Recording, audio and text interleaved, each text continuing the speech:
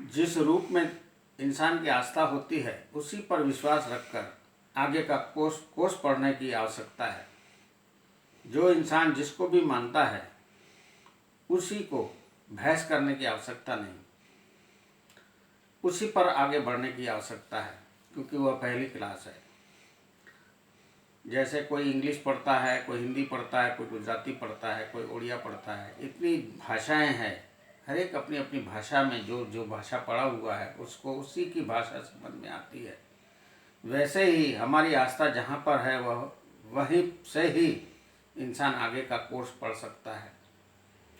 पर इंसान उलझा रहेगा, मेरा भगवान सही तुम्हारा भगवान गलत, तेरा अल्लाह सही मेरा अल्लाह गलत, ऐसा विरुद्ध करके इंसान कुछ नहीं पा सकता। और खाली हाथ आया था खाली हाथ चला जाएगा। इंसान का जन्म मरने के लिए नहीं हुआ है। इंसान का जन्म संसार की सृष्टि की रचना में निखार देने के लिए इंसान का जन्म हुआ है। पर्यावरण सुरक्षा सजाने की इंसान का जन्म हुआ है।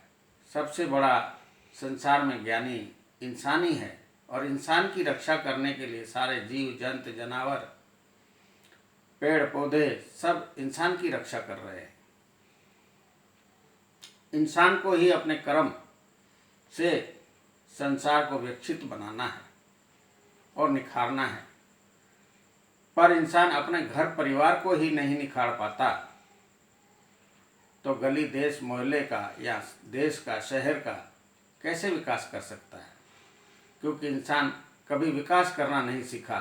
इंसान का काम है तोड़ना, फोड़ना, दुख देना और दोष देना ईश्वर के ऊपर।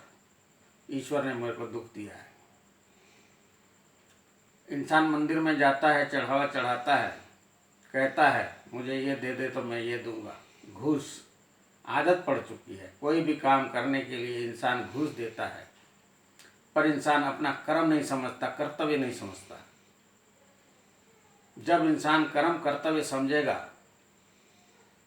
तब इंसान को ज्ञान और ईश्वर का दर्शन होगा। पर इंसान इतना निकम्मा नालायक हो चुका है जो सारा काम घूस से करना चाहता है, जिसने ईश्वर के द्वार को भी नहीं बख्शा। वह इंसान किस तरीके का हो सकता है? जो सारी सृष्टि को चला रहा है वो तेरी घूस लेकर क्या करेगा? ईश्वर ने रुपया पैसा नहीं बनाया। रुपया पैसा इंसान ने बनाया है व्यवहार के लिए, कर्तव्य के लिए रिश्ते बनाए हैं। पर इंसान कर्तव्य पालन नहीं करता, रिश्तों से उलझा रहता है। जो पैसा व्यवहार के लिए बनाया था आज वो अव्यवहार हो गया है,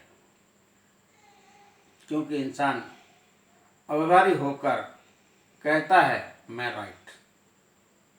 तो मैं राइट को बहस कर उलझ कर कोई समझा नहीं सकता। समझना है तो सिर्फ आत्मज्ञान से ही इंसान समझ सकता है।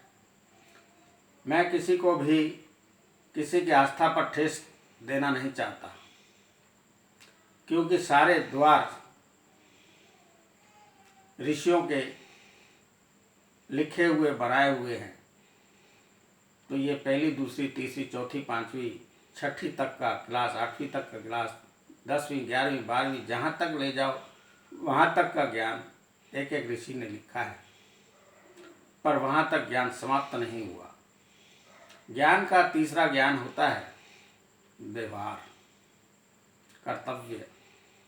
जब इंसान व्यवहार कर्तव्य का पालन करेगा तब शिशुपाल को समझ में आएगा, अर्थात हर संत को समझ में आएगा